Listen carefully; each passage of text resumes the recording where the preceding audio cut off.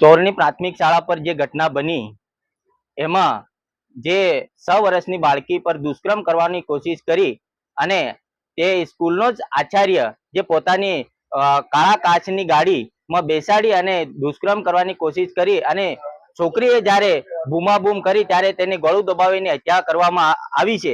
એ ઘટનામાં જે શિક્ષક આમાં હત્યા કરી છે એ શિક્ષકને અમારા આખા આદિવાસી સમાજ પ્રત્યે હું કહું છું કે એ શિક્ષકને કડકમાં કડક સજા થવી જોઈએ અને ફાંસીની સજા પણ થવી જોઈએ।